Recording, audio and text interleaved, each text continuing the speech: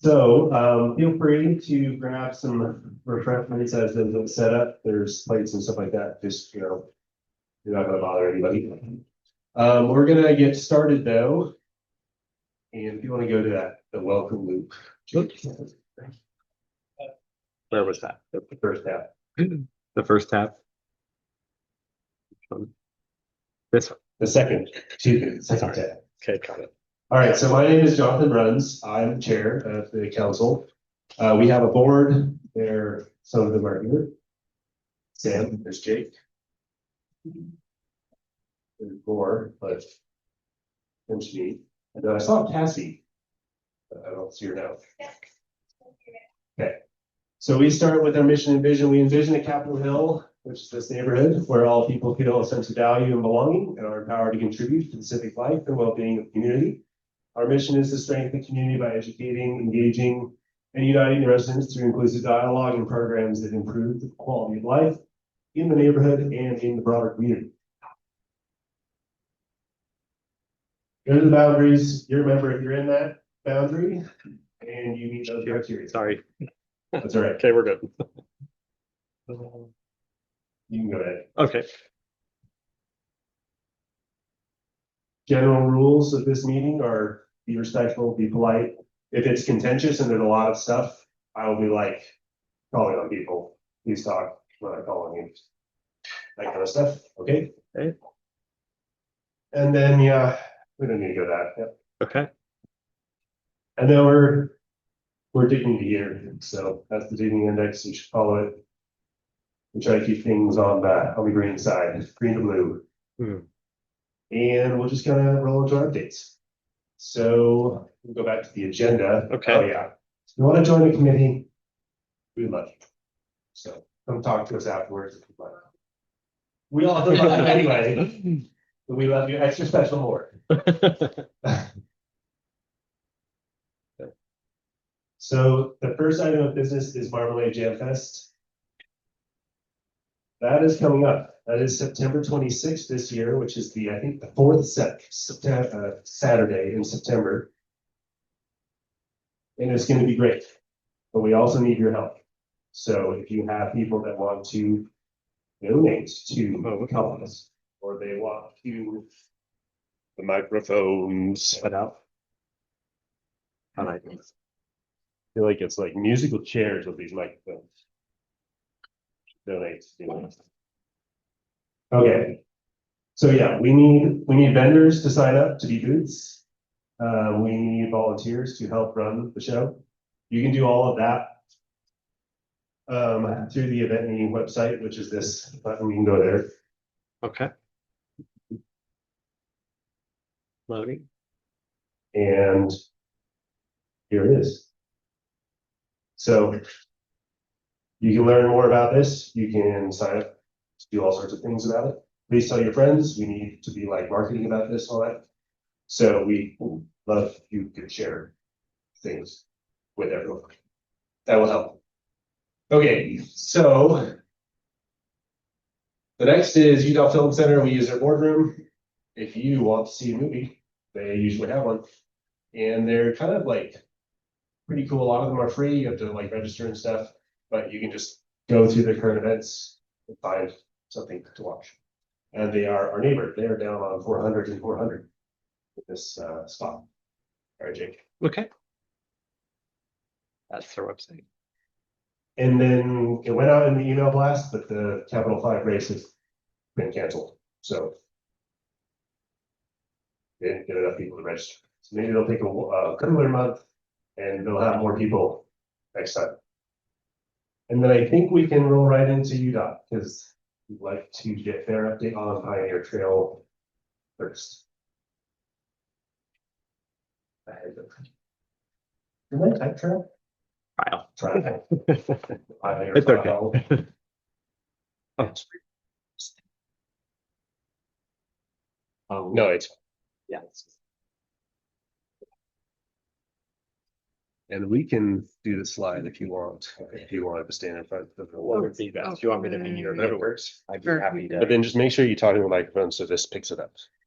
I'd be happy to. Give us a display. Okay. Which one did you like? Yeah, the slideshow. That's what. Oh, that's right here. Our slideshow. Hello, I am Jessica Rice with UDOT. I'm a project manager and you can hear me okay? I hear you online, can also, great. I'm with the UDOT Department of Transportation and, I am here piggybacking off of, what Pioneer Trail has, been coordinating with this community and other, adjacent communities about, updates for the Pioneer Trail. So what UDOT is doing is. Okay. UDOT is partnering to do a portion of the work in conjunction with the FCM and the Pioneer Trail Group. So I just wanted to just get in front of this group. I was planning on using my old email distribution list that I had from my roundabout project, so I can share it with community members. And then I'm sure we had, some general mailbox, I assume that we had for the council committee. And then if you don't mind sharing it also. So yeah, I said I was gonna take 3 minutes, so I'm just trying to make myself sound interesting. This lovely rendering is something that the Pioneer Trail Group has put together. So you probably have already seen it. And the element that UDOT is going to work on is these curb extensions, we're calling them. So I'm here to impact you again. And but this time it will be shorter, still will be impactful. I've already coordinated with Salt Lake City about impacts, and we have decided between the two of us, our two entities, that we think it would be ideal to close one intersection and get the work done at one intersection at a time, and then go either the second north or the hillside intersection. We don't have the contractor schedule yet, so I'm not sure which one is going to go first. But we have allowed the contractor to take 30 days to do this curb realignment work. And you'll notice in that previous slide, the curbs are coming in. So there is really no space for the contractor to work and then have live traffic go right against the work zone. So thank you in advance for your patience. But I am sure that Ryan has shared how beautiful it will be in the end, so it will be totally worth it. Okay, so North Temple to Main and 300 North, that is the detour that can be taken. All accesses will be maintained for the residents and businesses, but you might have to go take a different way to get there. It might not be as direct as previously. So you won't be able to go through the intersection at east-west or north-south, and again, depending on where the work is taking place. Let's see. So eastbound 200 North, I'll just point out eastbound 200 North remains open to local traffic at State Street for residents and businesses. So this eastbound to southbound, that will still remain open even though the 3 other sections are going to be closed off, and the traffic control will say local traffic only. Ready? And drive access will be maintained. And in case anybody was curious about what the design is looking like, I just grabbed the plan sheets. This is at State and North Temple. So we are gaining some landscaping on that west side. You can see the curb is moving over to the east. Just go to the next one. Okay. you can see where that stops and go to the next, and we'll have this intersection and the following intersection. And Pioneer Trail Group, which is coordinated with DFCM and the Oakland contractor, they will be doing all of the softscaping, landscaping. Well, there will be some other hardscaping elements in there, but they are definitely the experts in making things pretty, and we're the experts in constructing on the roadway, changing the curb and gutter. So there'll be more than one contractor there.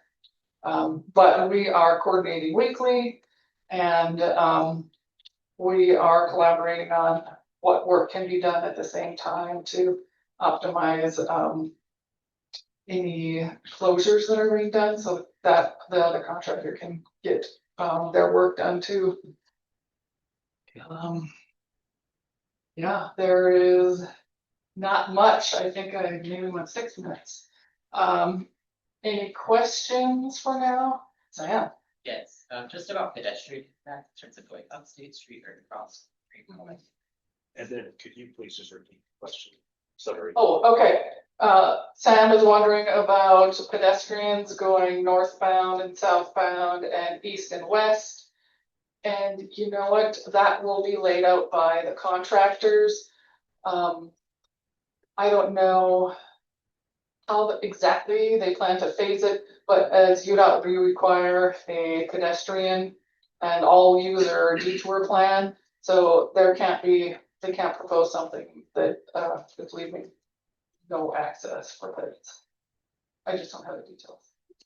Could you go back to your the closure? See, Oh, the closure graphic, maybe like the first one. yes. Oh, there it Yeah. was. Now, you said the east and west on west second north there. Can you go eastbound across North Straight Street, pick up East Capitol Street? No, That part will be closed. that's correct. That will be closed, but you can go eastbound and then southbound on State Street. Because there's some driveways here that will not have access going northbound. So that's the only way that we can But maintain in access. other words, East Capitol Street, you won't be able to get on this across State Street if you are on East Capitol Street. Correct. Well, otherwise you want to turn southbound. Or yes, East Capitol. Yeah, that's correct. You are going to be going into that part of the neighborhood and coming back out the way that you're going in. So you can still go through the roundabout. The roundabout won't be closed. I'm showing orange from the roundabout to the intersection. At the south end of the roundabout, it'll have a barricade, say local traffic only. But the work is going to be concentrated at the hillside, 200 north, and then intersections, and then the work here on this, minimize that lane. Yes. What is driving this? Are you trying to make it safer east-west pedestrian traffic? Because you can't constrict State Street where the property is, right? So are you asking about during construction time? No, you're bumping out the curves. Usually that slows stuff down, but State Street's already constricted right there. So I'm trying to understand why you're doing that. Are you trying to make the east-west pedestrian traffic safer? It does shorten the crossing distance for the pedestrians. So that is a benefit of this design, yes. So other than that, why are you doing this? Well, Ryan, do you want to talk about your vision? Yeah, sure. I told Jessica I wouldn't make her defend the stuff that I've been advocating for 2 years. She's project manager. So the goal with the whole project, have you been here for our earlier presentations on the Pioneer Trail? Yep, absolutely. Yeah. So the goal is to basically create a pedestrian walking experience from Eagle Gate that goes all the way up to the Capitol.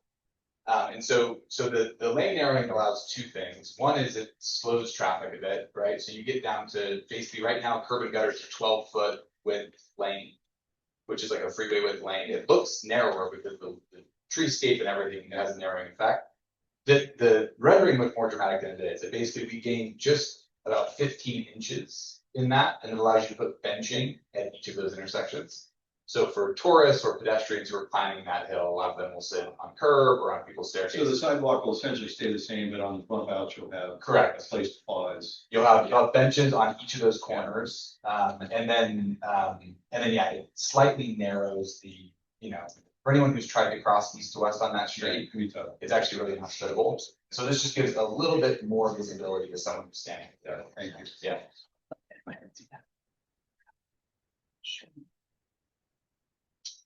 Please. Interesting, currently there's no, crossing that hillside across State Street. Yes, there will be, cross. Do you mind flip? Oh, yeah. Flipping through, yeah, next. So yeah, there's no striped crossing at Hillside right now, is what you're saying. And another. Next one. and Is another.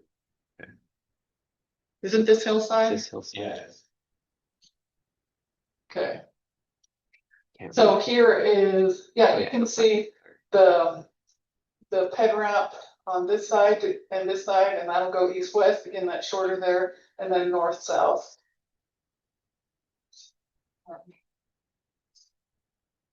So, yes, Is there any chance of like a rapid flush or something that the pedestrian crossing? It's in lower lights. Good luck. the rapid flashing beacons, we do have a criteria that this intersection and parts of the geography, the type of traffic, the amount of traffic has to meet to be able to qualify for these flashing crosswalks. I think the rapid beacon has different criteria to it. Sorry, Yeah, that's not yeah. nice. The one in Apricot, I think, like a perfect example. But I cross State Street there pretty often, and it's not fun. Written to UDOT. I see, okay. Currently with this project, we don't have one. And I'm not showing the striping on this, I just grabbed the roadway design file, so I don't have any crosswalks shown on this one, please. State Street and North Temple, is that right turn lane being removed? Yes. You can still make a right turn though, it's just not going to have a dedicated right turn lane.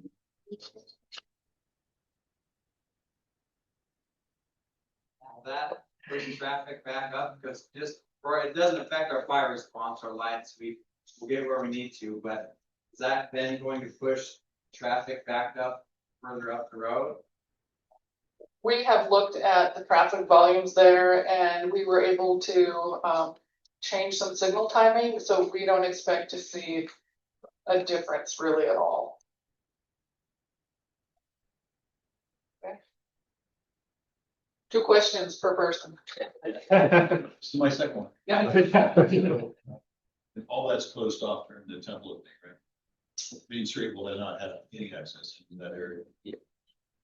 This is happening starting in September and finishing in November. Got it. So we're not messing with Yeah. their schedule. No online question? Can't see unless I missed something. I'll excuse myself. Unless there's anything else, Thank you. what's my, Thank you for doing. Thanks, Justin. We wanted to know if we can share these slides to the public. yes. And remember that the Oh. the email address for any questions. Yes. I don't have a hotline set up, but there is that. Okay, well, yeah, you coordinate with me on the version we can share. Yeah. So yeah, we'll be able to post those online too for everyone else. Let's see, I think we can now go back to regular scheduling programming. I usually make our local leaders like fight to the death on who wants to go first. But I think like I can buy one down.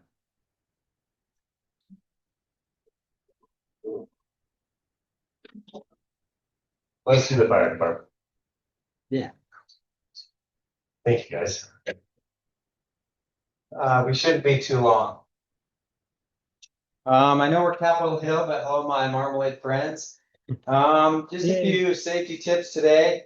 Our fire chief, Chief Lee, has some a monthly email that he sends out. And this month has safety tips for younger children and then college students. So with younger children, as we learned about in our slides, talking about pedestrian crossings, teaching your kids to use crosswalks safely, looking like stopping at the curb, looking left and right, looking left again, and proceeding. So it's based on that. And then also, if children are home after school, just making sure they know their home address, a parent or guardian's phone number, things like that. Knowing 911, what constitutes an emergency, what doesn't constitute an emergency, some things like that. And then talks about a fire escape plan, just knowing where to go if an emergency does happen, that they don't just run in a closet or something, they've got a place to go to. And then kind of kitchen safety about using the stove, oven, or grill without a parent present. Then I'd like to add in hot cars. With young children, that's a deadly combination. So also, we get a lot of calls for pets, which people are very well intentioned, but it's like when they quickly pass by. So if you're concerned about an animal and it's in the shade, you can walk up to it, because I'm going to say, and my crew can help me, 9 times out of 10, the animals are not in distress. They're in a shaded car, and they're actually a lot of times have water and things in them. So just being aware of, especially children, but also pets and hot cars. And then I'd like to put out my own reminder on helmets on e-scooters, e-bikes, things like that. From my anecdotal experience, we're seeing an uptick in just the accidents and severity and injuries with those scooters. So just be safe on those. College safety tips, there's just a few things to talk about. Candles. Something that I think as a homeowner that's good is talking about UL listed power strips. So UL is Underwriter Laboratories, and it's a reputable power strip, not something that, as we can all probably appreciate a deal, potentially on Amazon or your favorite online vendor, some of those aren't made to the same safety standards. So just having some safety with electronics and knowing multiple exits from buildings. Just as humans in general, we get patterned to come in the same entrance and exit, just paying attention to our surroundings and knowing any alternatives. And then for our call volume, last month in July, Station 2, which is just a couple blocks down the road here, we had 761 calls for the month out of our station. So that averages 24.5 calls per day. So it's been a busy summer. And then we're excited to announce that hopefully by our next meeting, we should be in a brand new fire truck. So the tiller, which is where we have an individual that drives the front, and then we have his name DA. He drives the back, and it's pretty awesome, where it helps us navigate these tight turns in our neighborhoods. And so we're slated to get, if we haven't received, they're just working out some of the last finalizations with equipment and things like that. So in the next coming weeks, we should have the brand new apparatus to Salt Lake City Fire Department right here in our district at Station 2. So we're pretty excited about that. And then just a little update on our wildfire season. As you probably felt, it definitely is cooling down at night instead of being hot all day and still hot at night. It's been a very busy wildfire season. As I believe it was a couple months ago, we had the fire right on the hillside here, and then back behind the U. And there's been multiple other smaller grass fires, but it's been a busy grass fire season. And does anyone have any questions for Salt Lake City Fire? About online? I guess we're online. Yeah. Over there? I don't see Nothing? anything. Not online. All right, thanks for your time. Thank you. Excellent. So yeah, this is one of the perks of the meetings. You get to ask kind of fun things of various people. I think I saw Ashley. Do you want to go next? Ashley is our Salt Lake City board board member representative. You. Hello, for those that may not know, my name is Ashley Anderson. I represent you on the Salt Lake City District School Board. And in this area, that includes Washington Elementary, which is just right behind us, and West High School, which is over to the right of us. You've obviously seen a lot of construction happening at West. So I'll share some of the same reminders I've been giving, which are, I appreciate when neighbors tell me things that, you know, construction has caused problems with, like sprinklers were turned off and not turned back on. And things like that. There's a bond construction landing page on the school district website, slcschools.org. And there's an immediate contact button, and that gets to our facilities people really fast so they can address problems. And I really appreciate that. It's also exciting to watch, you know, new walls go up and think about all the benefits students will have from the new building. I also wanted to share an update on behalf of the principal of Washington Elementary.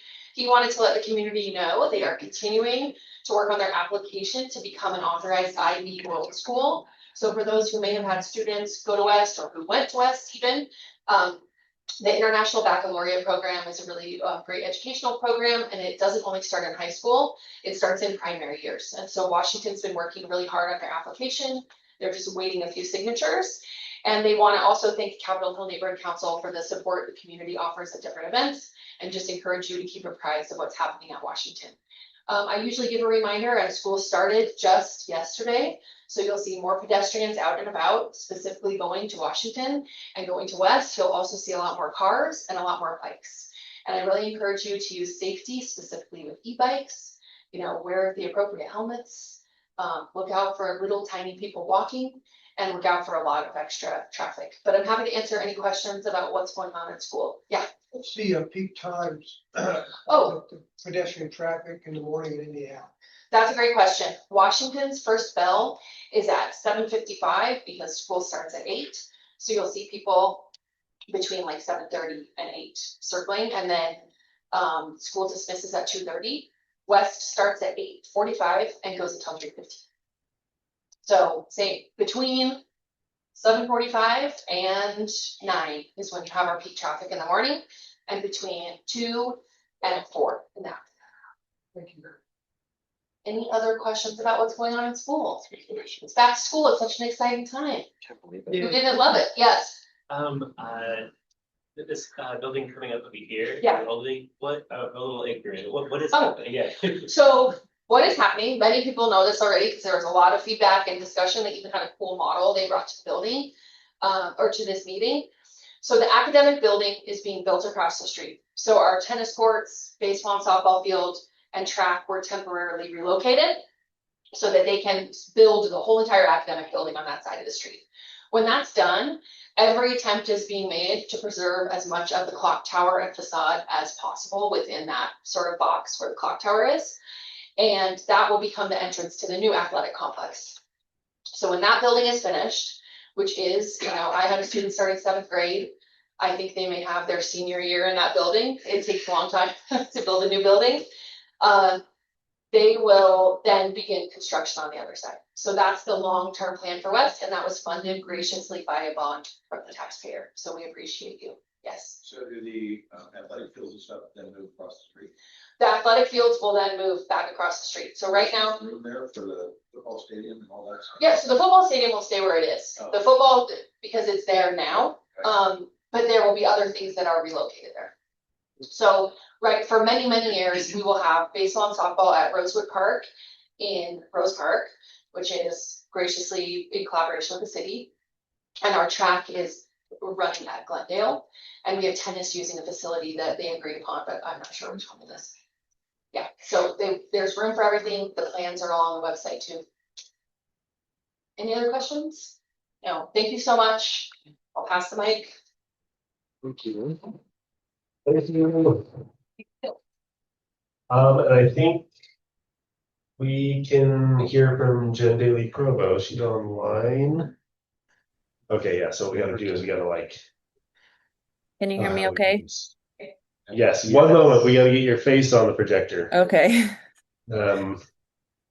So we share Zoom on the room. Maybe.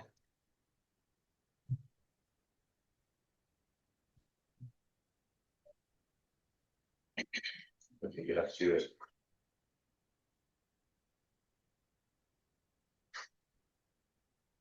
Don't do this to me, click share. Don't you dare. Okay, you're gonna see my whole desktop. That's fine.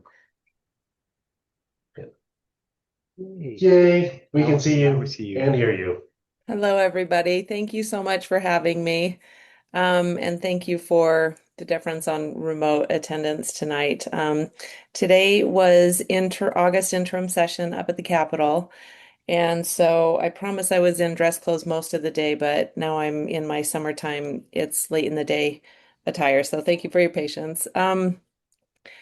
I just want to go over two things really quickly, and then I'm happy to answer any questions that you've got.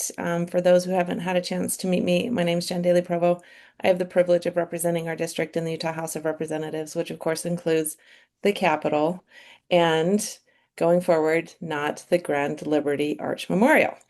I want to send my deep appreciation and thanks for the incredible engagement in our community by our community in what was not a great process for the consideration, designation, and now withdrawal of that memorial, which would have taken up really important green space, led to the removal of some beloved trees on Capitol Hill. I do want to acknowledge the letter that was written to the Des News, I believe the Des News, in an op-ed by the artist. I think that his words were gracious. Um, I'm trying really, really hard not to set a tone of any kind of gloating, but I am really, really pleased with the outcome that the artist eventually realized that this was not the right placement for a monument that was the size and scope and nature of art that he had envisioned. And so thank you all for engaging in that and for being patient with me as we work through this very difficult process.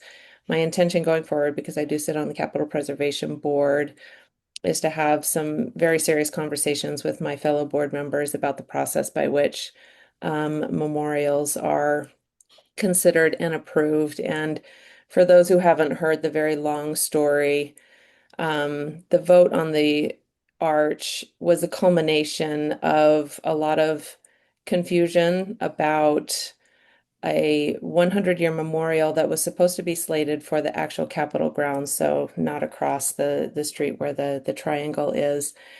And I'd be happy to share those if anybody wants to have a sit down and coffee or a small group meeting.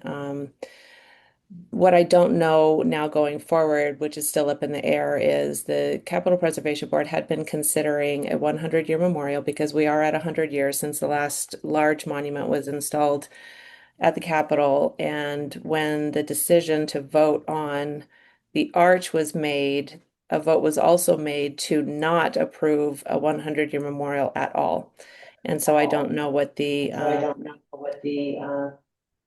don't know what the outcome of that will be going forward, if we'll then revisit some of those proposals that were the part of the original review process, which did not include the arch, but had include things like um, memorial women, or I'm sorry, I'm getting the name wrong.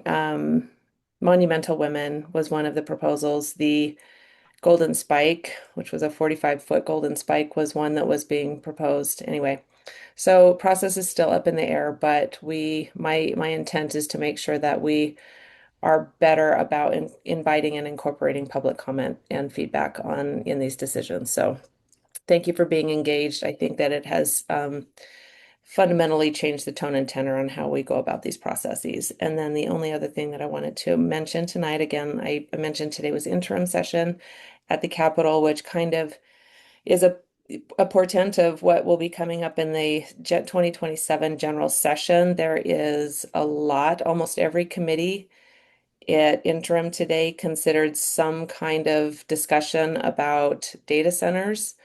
There is a lot of discussion about things like data privacy and some significant budget concerns that are going to be really relevant in our budgeting process in the 2027 session. So happy to take questions. Those are my updates now. I'm looking forward to Jam Fest and having more discussions about everything at Capital Preservation Board. So thank you again, and thank you for the privilege of representing our amazing community at the Capitol. Hey, thank you, Jen. Does anyone have any questions? Wow. All right. Did I thank you wow so much. everybody? Yeah. My email and cell phone number are on the Capitol Hill Neighborhood Council website and also on the legislative website. Please don't hesitate to reach out if I can be of assistance with anything. I look forward to hearing from you all. Have a good day. Perfect. Okay, and then I think our final update is from the police department. And we can just share this slide. Right here. So Marie Stewart is usually the detective that presents to us, and she wanted to tell this group that that our crime rates are down. So that's pretty cool, pretty good news if you're a police department. So yeah, and residents and people too. Okay, fine. What else? I feel like there was something else that I was trying to remember with this. Get back to the agenda. Okay. No, yeah, it's Chris Wharton. There we go. Yeah. Our final update. All right. Thank you. Just want to echo Representative Dailey-Provost. Thanks for weighing in on the Grand Liberty Arch. I am really proud of the community effort on that, and we definitely couldn't have done it if you guys hadn't have also been reaching out in addition to the letters that we sent collectively and the op-eds, all of that. I think really contributed, and hooray! So thank you. Way to go, team. Yeah, I hope that that it doesn't just end with us not having this particular monument, but that there is an improved process and that we will be able to weigh in on whatever does happen here in this neighborhood. Let's see, the other things I wanted to update you on are that Jake had asked me about train crossings. And so, just 1 second, we'll get on that.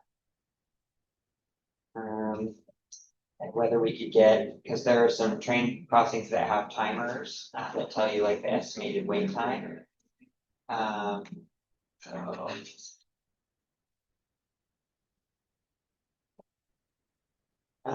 There is one at 3rd North that we were able to get installed, and then train this in my email, and I opened it right before I got here, which I shouldn't have done because now it's not. There we go. Yeah. Okay. So the train warning signs, these are a huge help for letting you know about how long the wait time is going to be. We were able to get some funding from the funds that go to Inland Port to get sensors at 3rd North, 2nd South, 8th South, 9th South, and 17th South. And data from these sensors will be used to identify the most effective locations for 6 new warning signs that will say, warning, the train's going to take this long. So you can decide whether you want to wait or whether you want to try to drive to one of the bridges. So that's where that is right now. Like I said, 3rd North is selected as one of the places for the sensor. And then these will be smaller than the signs that were funded by the council in 2023, such as the one located at 9th West, but still basically the same other than that. And so I'll let you know as we get more information about that. We finalized I shouldn't say finalized. We reached the end of our negotiations about CIP projects for this year. Those are capital improvement projects that can be submitted either by just city departments or by residents to fund improvements to the neighborhood. There weren't any specific ones to Capitol Hill this year, but there are some that are improvements to parks in District 3, some of which are going to be Warm Springs Park. Looks like those are going to be funded, so good news on that. And then let's see, in terms of what's coming up.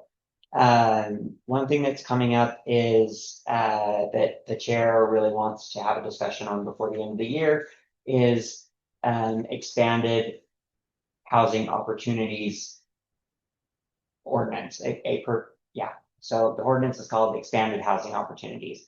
So what this would say is that if you have a lot where you own 2,000 acres or square feet, excuse me, sorry, not acres, 2,000 square feet or more, that you can build another house in your yard. So this would be expanding on accessory dwelling units, which are already allowed. This would basically be another house instead of just an ADU. I have a lot of concerns about this, especially for the most of District 3, which already has smaller lots and tends to have more density.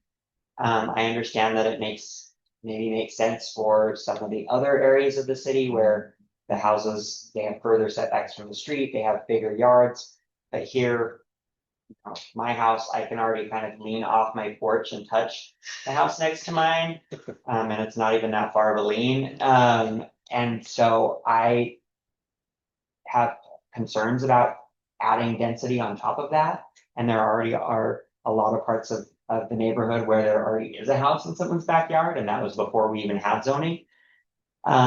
If this is a concern that you share, I hope that you will stay abreast of this developing conversation. I don't know yet to tell you when it's going to be on the agenda. And then also what I hope is that I think what's going to resonate most with my colleagues that are in support of this is not so much concerns about what does this mean for me as an individual and like my personal property values, but like, why is this not what is best for this neighborhood?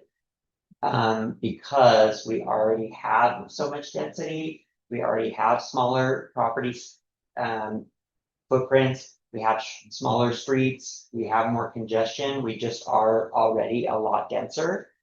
And so to put us in the same category as some of these other properties around the city that are also residential, but are significantly bigger footprints, doesn't make sense. I think that is a more, I think that's going to land better in terms of persuading them. So if people are interested, please keep in touch about that. If you want to be updated specifically when it comes forward, please email me and say, I want you to email me when this is set on the agenda because I want to show up or I want to send an email or whatever. Please email me that and I'll let you know. Okay. Any questions? Yes. What are some of the major differences between the current ADU rules versus those?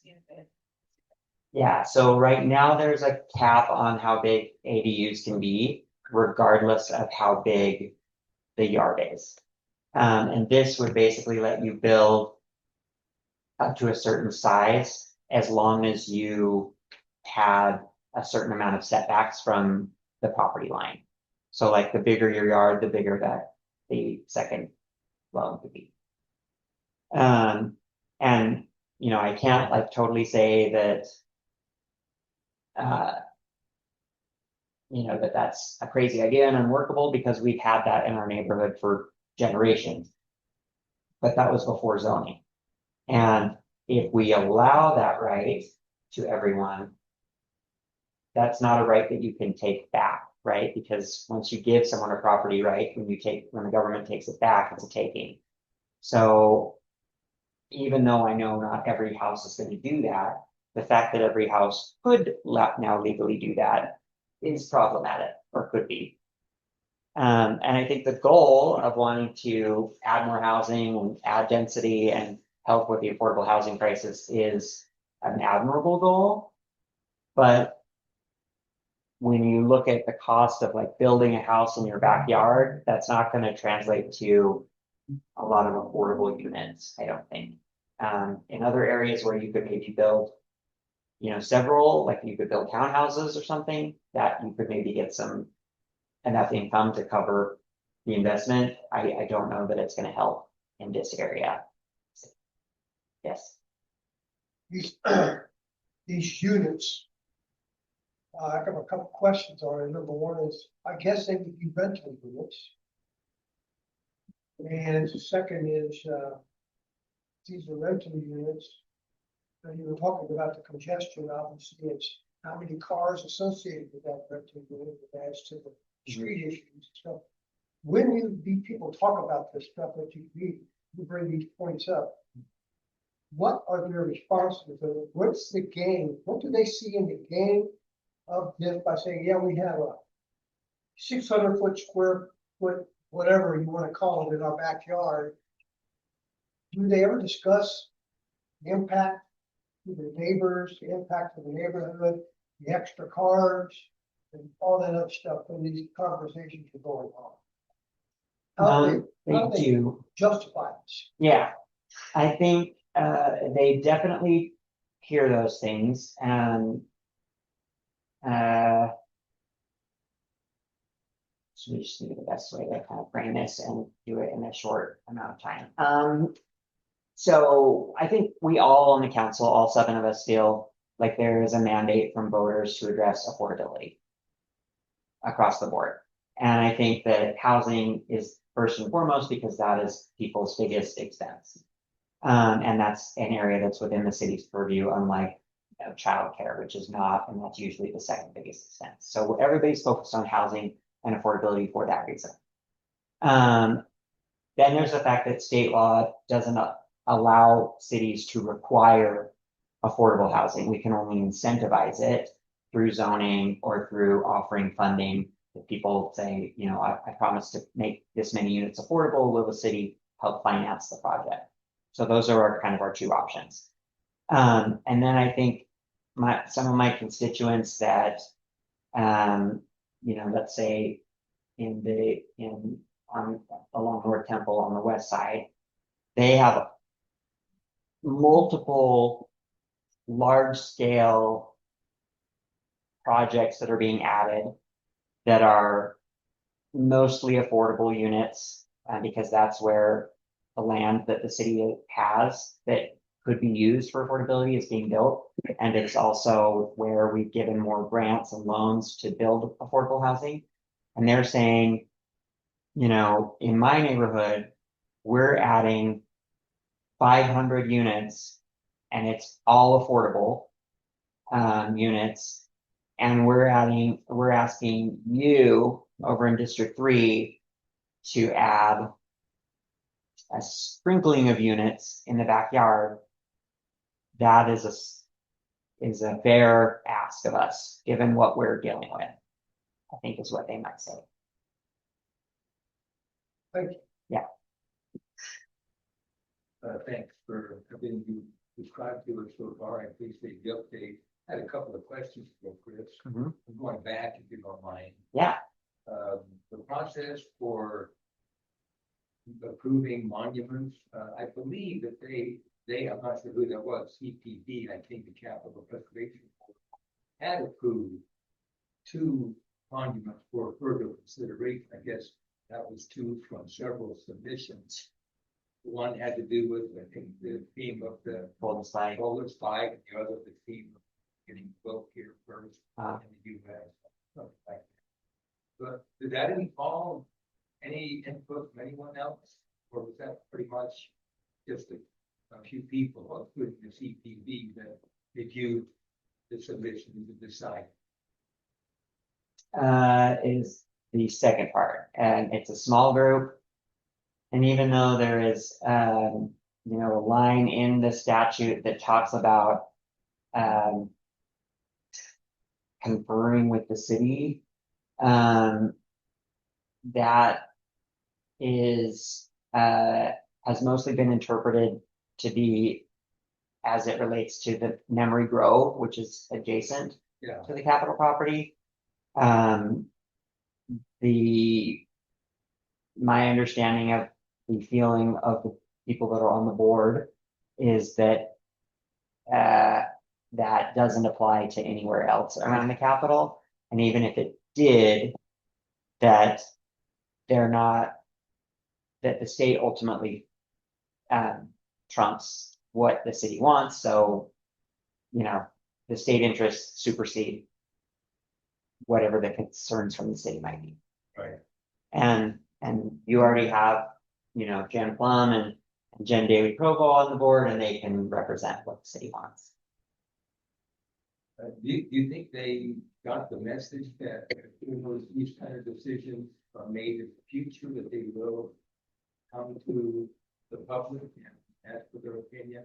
I really appreciate this sense of the Capitol being the people's house. Dana Jones says that to me all the time. Yeah.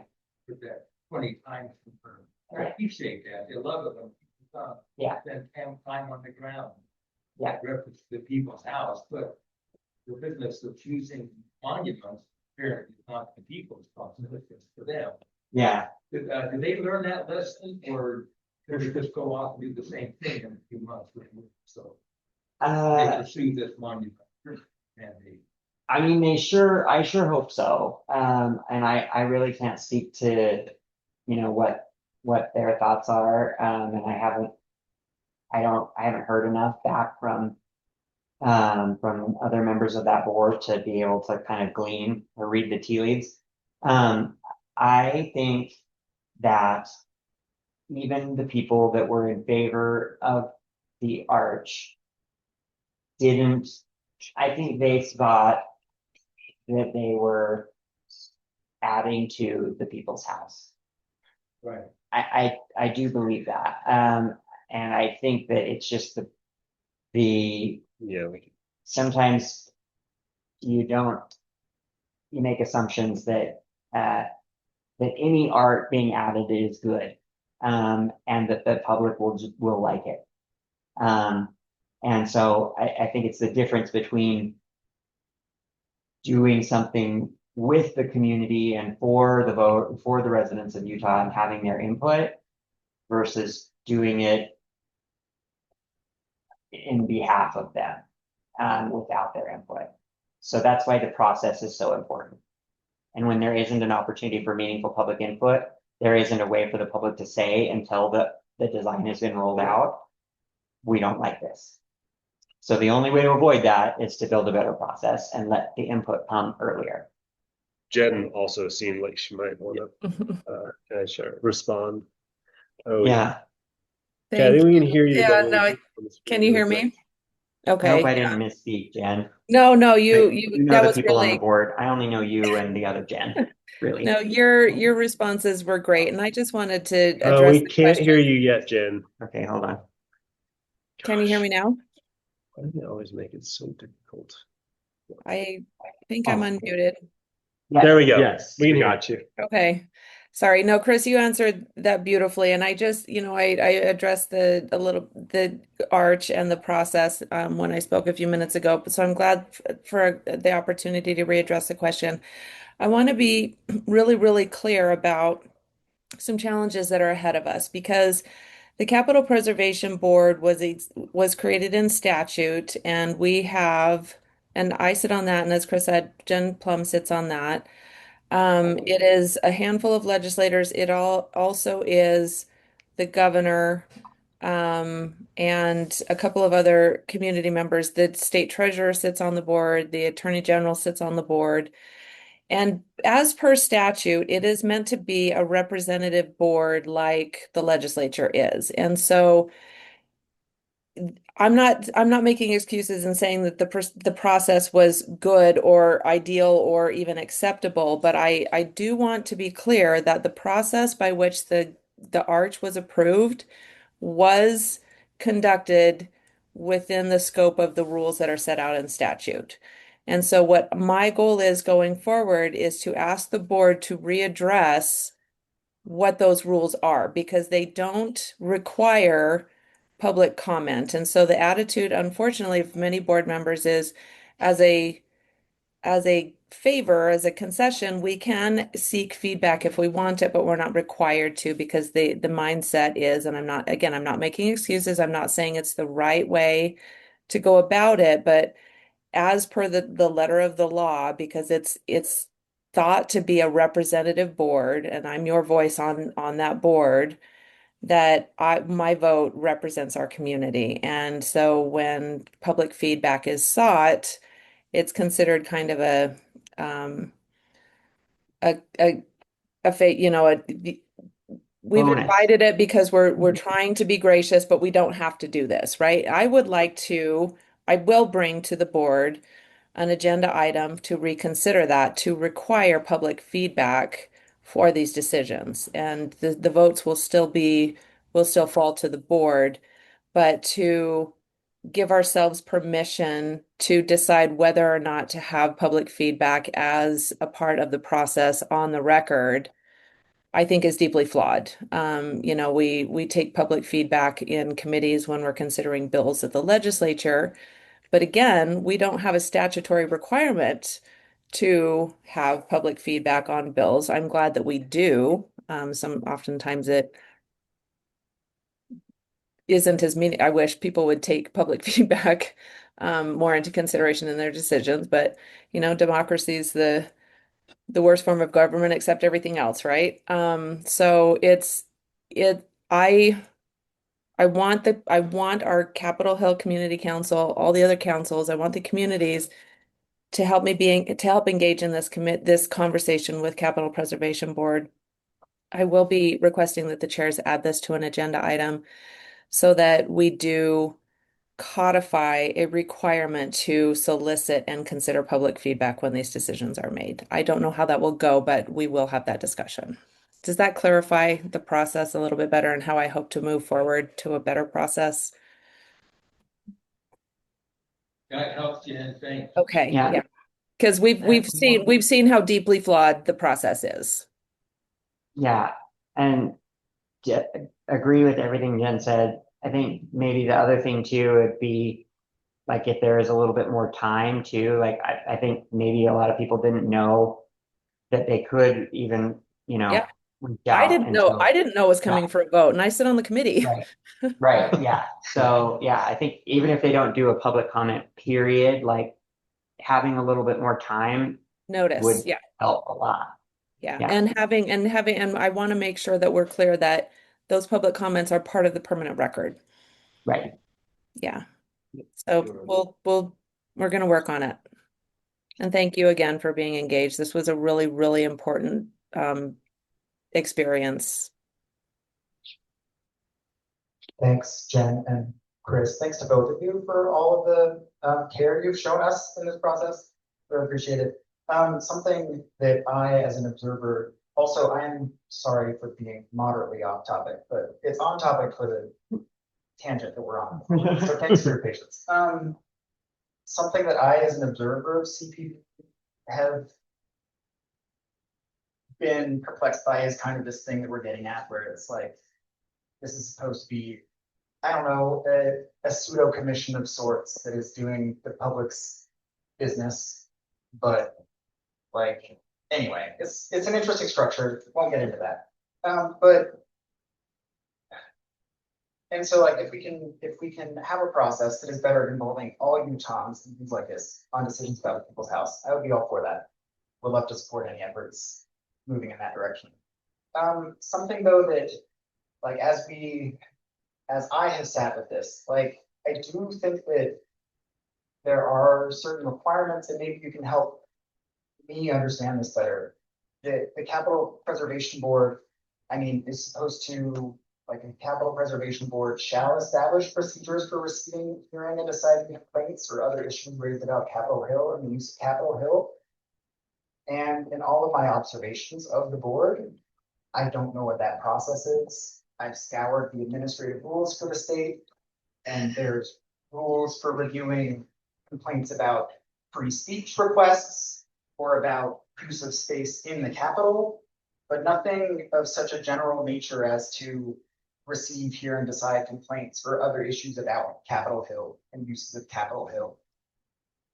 And I don't know, it doesn't seem to me that there is a formal process even for that level of engagement, let alone the deeper engagement that I think we're hoping to strive for. Does that make sense? And maybe I'm misguided, maybe CPB can better communicate those processes if they do exist.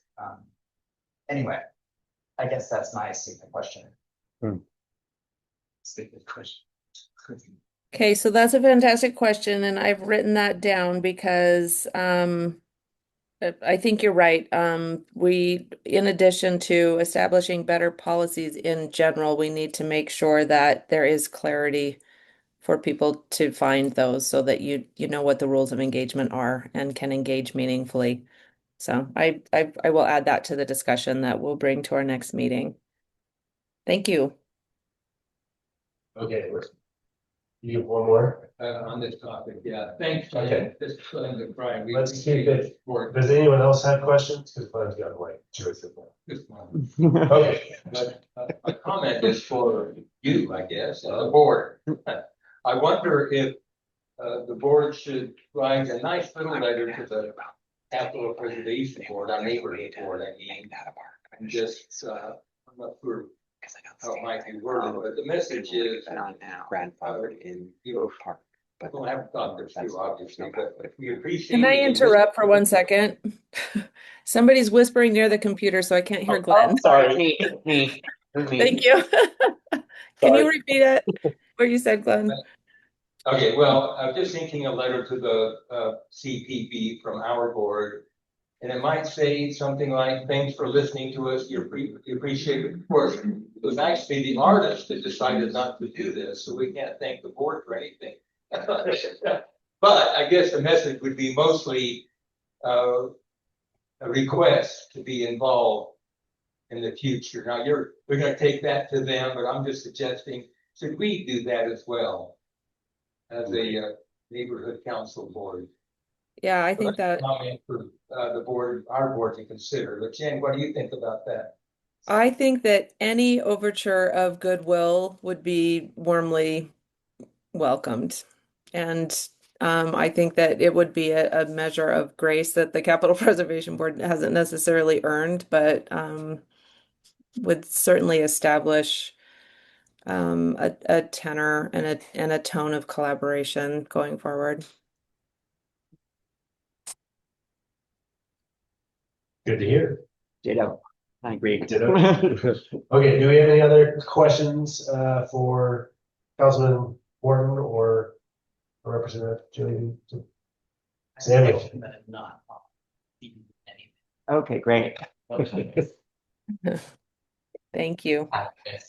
Thanks, Jen. Anyway, my question for Chris is completely out of nothing that we've been talking about, but is relevant to your position. Okay. I saw like a bit of news coverage and conversation around the rollout of the short-term rental licensing program. I'd love to hear your perspective on how that rollout went, maybe what you learned and how you're, as a council, you're going to move forward on that. Sorry, we only have one mic.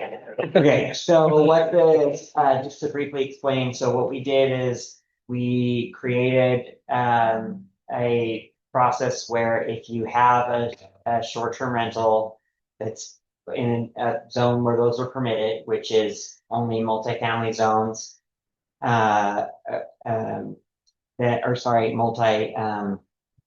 mixed use zones, thank you. Then you have to get them licensed. You have to get a business license basically from the city. And we did that for a number of reasons. I've been wanting to do this my whole time on the council. I don't know why we didn't do it when we created that use. but we didn't. And, but there was feeling among some folks that are using these, that are operating short-term rentals or Airbnbs or whatever you want to call them, that we, went too quickly and we came down a little hard because they didn't have a ton of time. And that I'll definitely grant them there was some confusion, about whether or not like they needed to comply by a certain date, and then that date got changed. And so they were like, which date is it? That definitely could have been better. But and there, some people feel that the council didn't, I guess, debate it long enough. I mean, in addition to the laws that say like how long something has to be posted before we vote on it, and what notice we have to give when we're having public discussions, on top of those things, we also have sort of the council's like traditions, where we don't vote on something the same night that we get public comment. So it's a self-imposed, like we want to give additional extra time to like think about what people come and say before we vote, and not just hear it and then 5 minutes later vote on it. We followed all of those for this process. And I didn't hear a lot of outcry until after we had followed the process and voted on it. And then there was more folks that want us to revisit this or that. I don't know.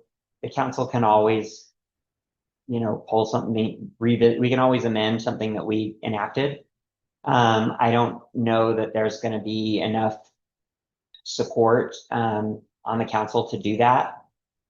I mean, I feel good about my vote. I feel good about what we put in place. I'm happy to explain why I voted for them. I think what some people are demanding is like, I want to know why the council as a whole agreed that it was a minimum of 2 nights and a maximum of 200 nights.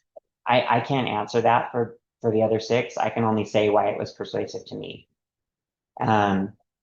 So why? Okay, so the 2 nights to me helps with the nuisance complaints. I think if you're gonna rent a house, and you, let's say, want to have a house party, like you don't care, you need it that night, and it's not a nuisance issue. I think if you're booking something for 2 nights, you're probably, I would hope, going to use the house for more than just one singular house party. Obviously, it's not everything's going to be caught in that filter, but I hope some things will be caught in that filter. The second is with 200 nights, if you have a unit that you're able to rent out and you are on a short-term basis and you're choosing to do that, in my view, it is competing with the housing stock and the housing shortage that we have. And I understand that you can get more money renting units on a short-term basis than you can on a long-term basis. But I feel like if you're gonna rent it out every night of the year, that is just overly favorable to the property rights side of I can do whatever I want, and not enough favorable on we also have housing needs that need to be addressed. So I think once you get over the 200 overnights, like then you're substantially increasing the amount of profit that you're getting. We still need to make it so that we're not incentivizing people to use these for one over the other.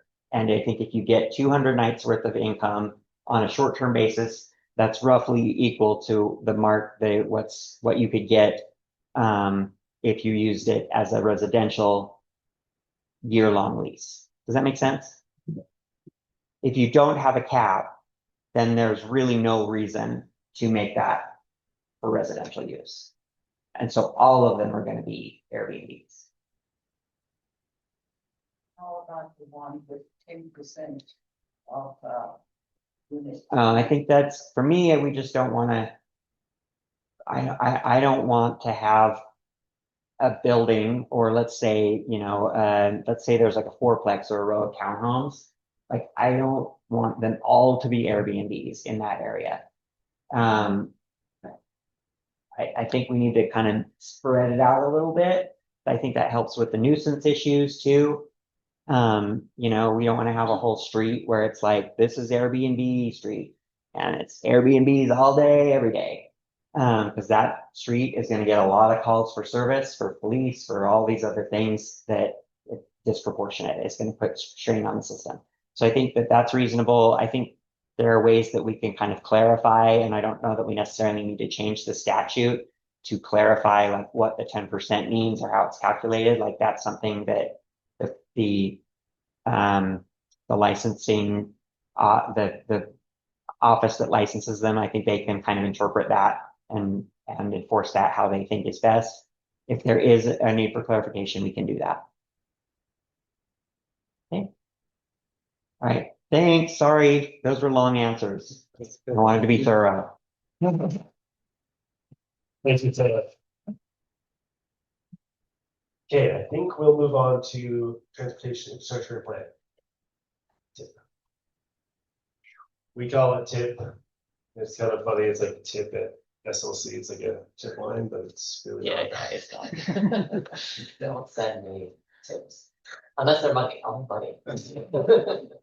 All right, I am Samuel too. I am the chair of the Transportation Infrastructure and Planning Committee for the Capital Neighborhood Council. We are a committee that talks about transportation infrastructure and planning issues as designated by our name. If those are issues that are interesting to you and you have some time on your hands, if you have some time on hands that you'd like to devote to talking about and moving forward things related to those issues in our neighborhood, I would invite you to talk to me or reach out to that email, tip@capitalslc.org, to join our committee. We're always enthusiastic, or maybe even less enthusiastic, just angry members. We'd love to have you. Also, if you just have something that you want to bring to our attention, even if you're not wanting to volunteer for something, feel free to send it to that email as well. We're always open to our community members are thinking about anything that intersects with the issues of transportation infrastructure. Next slide. So much on this slide. I'll do that first. Yeah. So I wanted to talk briefly, and I'll try to keep it brief, I promise, about, I don't know that slide. There are planned developments and community benefits. So this is a proposed zoning change that is open for public comment right now. It's making its way through the process. You notice that we'll bring these, I'm trying to bring these to these meetings pretty much every month as I and we as the committee become aware of them. Typically, we're looking at them when they ask for public comment, as well as for comment from the neighborhood council, which is before it makes it to the planning commission, which is before it makes it to the city council. So sometimes you'll hear about these things multiple times, like expanding housing options. You just heard from Chris. We had heard about that earlier through TIP and shared it with the community. So you'll hear these things again, but right now it's at this stage where it's accepting public comment. So there's a lot of words on that slide. I would suggest that if you are interested in learning much more about this, that you take a picture of this slide and go to the link in that QR code. There's a ton of detail on the website, but I will go over just kind of some highlights, I'll call them. But maybe before I do that, just to make sure you know, the public comment period for this is open until September 14th, and that there is an in-person open house where they'll be able to explain better than I can probably about this proposal. That is tomorrow at Neighborhood House, just 10 50 West South, from 5:30 to 7 o'clock. So if you are very interested in what I'm saying here, go there. They can tell it to you better because I'm doing my best, but I'm not a planning professional. And then, as I said, additional public comment will be accepted at subsequent planning commission and city council meetings. Accepted. All right, we go to the next slide. So one of the things that this proposal establishes is two tiers of review. It's intended just kind of to streamline the review process for plan developments. And so there will be a small scale project, minor plan development tier that's for, again, small scale projects, modest zoning modifications, and projects that incorporate some sort of zoning incentives such as affordable housing. And those be able to just go through an administrative review, unless something kind of triggered it to out of that flow. So something like, for example, public concern, multiple modifications, or any impacts. So, but there's like an administrative process for kind of low impact projects. And then for major plan developments, which are larger, things that might displace housing, that need greater flexibility for zoning rules, those would still go through review by the planning commission. And any plan development would require, in the major plan development, so major impact would require a community benefit, which we'll talk about on the next slide. Yep. So it also clarified the community benefit requirements for plan developments. You can see the list here. But as it says, any major plan development application must identify at least one community benefit from the categories shown below. And really, this is to make it so that these major developments that may have major impact also have a positive impact toward the surrounding community in some way, shape, or form. So you can see things like open space, historic preservation, housing, site remediation, etc. And the planning commission would be the one that would be able to, they'll evaluate like how is this community benefit present in this project and how does that outweigh, or how is it proportional to the scale of development and modification in the whole state. The next slide. So this proposal, this set of zoning recommendations also would allow for a transfer of height in particular zones. Notably not residential zones, but in mixed use in some other zones that I have on the right side. But within a single plan development, unused type 1 building or from open space can be shifted to another building in the same development. As a restriction of that, it would allow for these developments to have building heights that are higher than what is allowed in the zoning code, but it would be there are lots of limitations on that. If you're interested, I would encourage you to go look at the website. It does talk about that more. So, go to the next slide. Here we go. I think I know. I said where it's allowed. So these would only be allowed. They would have to be approved by the planning commission, and they would only be allowed in downtown, mixed use, gateway, public lands, and urban institutional. They would not be allowed anywhere in historic preservation overlay district. Oh. Anyway, so most of our neighborhood council area would not be touched by this other than the mixed use along the west here. But and you can see a couple of other design impact standards, like if there is street facing facade above 5 feet, it needs to be 10 feet back, and it also requires a 45-foot setback from property lines if it's next to like a low height building. Yeah, find this all on the website. Next, this website with QR code. The last thing is it incorporates some tenant protection and housing replacement guidelines. So if a major plan development would demolish an existing dwelling, the planning commission can require the applicant to provide either relocation assistance or replacement dwelling for each unit lost. Doesn't that there, either providing some sort of monetary compensation for moving costs, application and the gap between rent, or making sure that there are replacement units for the ones that are demolished. Okay. So again, if you want to learn more about that from someone who knows better what they're talking about, I would encourage you to go to that open house tomorrow, or at least to look on the website. And it's this last QR code over here, the blue one. Again, public comment is open until Monday, September 14th. Before I move on to the other two, are there any questions on that? I can do my best to answer them. I'm not an expert at this, but if something was unclear in what I said, I'm happy to put it. Great. You can also ask me afterwards. Happy to talk about it. The other two things I want to make sure that are on your radar that you may or may not have heard of. So right now there's a public comment period open for proposed changes for UTA in 2027.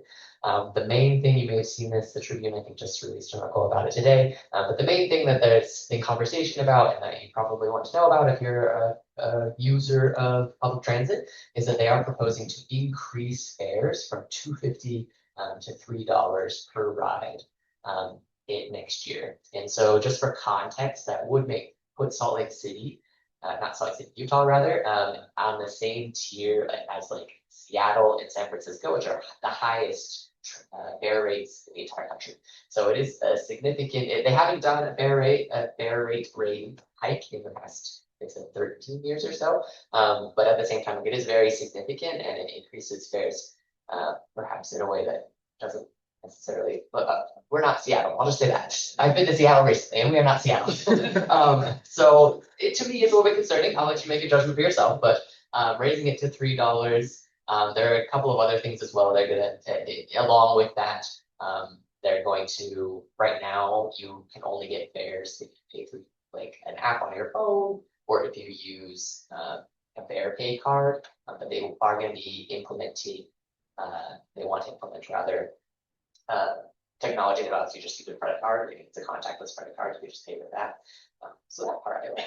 It's much more convenient. But the $3 rate, again, that's probably the thing that I think would be most concerning to anyone who is a frequent transit rider.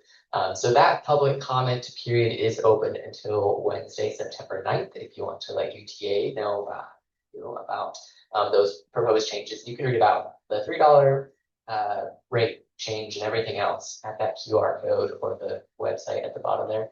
I believe they're also having an online open house sometime between now and the end of the month. I don't quite recall when, but if you go to that QR code, it'll be there.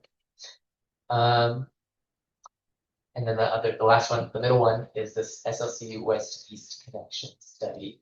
That one is looking at how to improve these web connections, as it sounds like. And they have been through, there's been a lot of public comment already received for that particular study. And there was a recent, there were recent recommendations adopted as a part of the study. Most notably, you might have seen in the news that they did not adopt, they're going towards kind of the Rio Grande plan as a part of that. And so, but they are still continuing to engage with the public on this. They still want to hear from people. And so there will be block party open houses both this Friday and next Friday at different locations. And if you go to the QR code or look up that study, we'll make sure to go to the Salt Lake City website. There's more information about those, but if this is something that is important to you, if you are concerned about East-West connections, and especially if you are a fan of the Rio Grande plan potentially, that is a space in which to make that known. Yeah. Any questions for me on those two or anything else? Yes. Yes. Hi there, thanks. Just a little bit of explanation on the east-west or west-east We Connect plan. Friday, August 28th, next Friday, it's at Guadalupe Park. The city will be there to answer questions on the train box and the study that they've conducted to connect east and west sides more appropriately. There's also an art installation going on that night, food trucks, and there's a beer garden there as well. Just want to comment. But please come over there. I think they're looking for a big crowd. Cool. It is Guadalupe Park, so I think it's like 500 west and 600. 6 west. Kind of back. 6 west. 6 west, 500, something like that. There we go. Yeah, and it is a block party open house. So yes, as was mentioned, there will be food. It will be fun. It will also be an opportunity for you to engage on this issue. Any other questions or comments? All right, thank you. Thanks for your good work, family. We're our mission to educate the community on issues that matter to them. Exactly. Okay, I have like 3 things to go over just as kind of general. We can go back to I mean, it's not on the agenda, so. The thing that happened this month that was alluded to and the arch got canceled and all that stuff was the council did fulfill the directive from June to submit a formal complaint to the CBB, and we put that in August 3rd. So that went in, and maybe was the last domino, but it's hard to say what really was. So just wanted to mention that. That was a huge effort, and we really appreciate everyone who contributed to that letter. Kind of in that same vein, we talked a little bit about submitting a letter to the CPB in good faith, asking them for more feedback. Without objection, is there any objection that we do that? Okay, that was unanimous, sort of. And then we are also trying to clarify kind of how you can participate in this meeting. So if it's not clear yet, or if you have ideas or anything like that, you can either talk to me later, talk to Sam later, or email governance@caphillslc.org, which is what our email is. And I think you can find that on our website. Yep. And then finally, is there any new business that people would like to discuss that we haven't gotten to yet?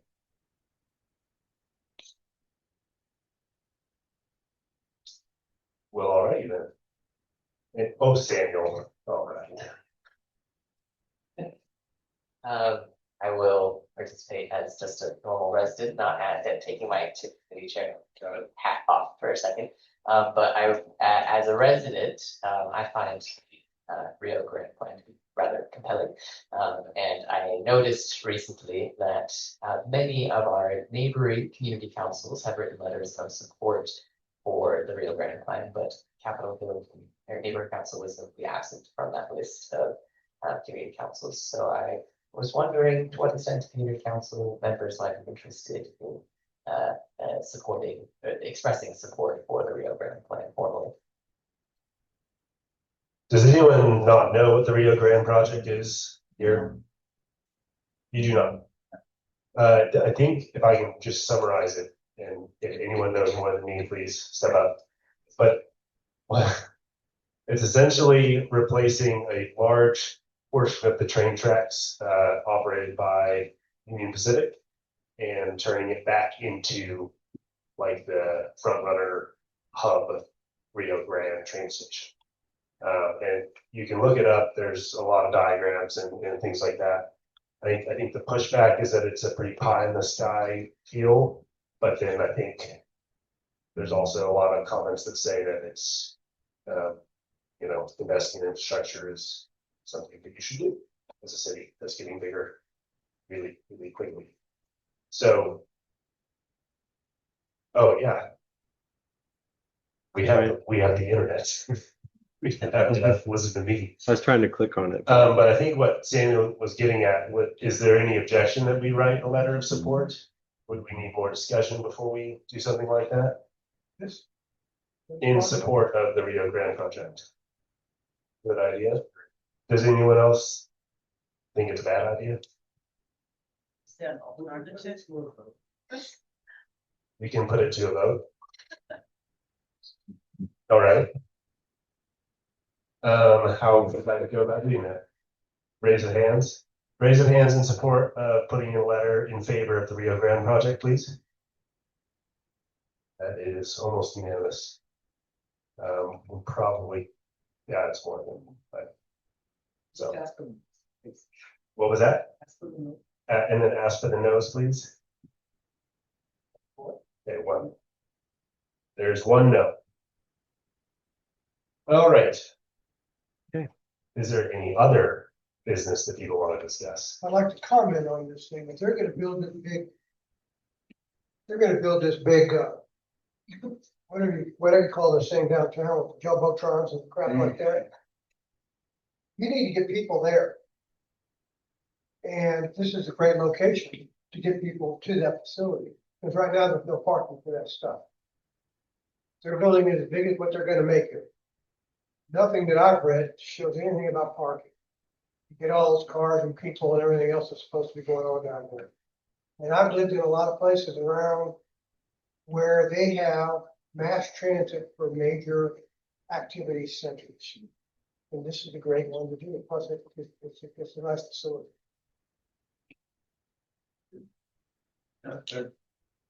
clarify, my understanding is that they're putting underground a large proportion of, practically all the rails, except front runner, no, even front runner, underground.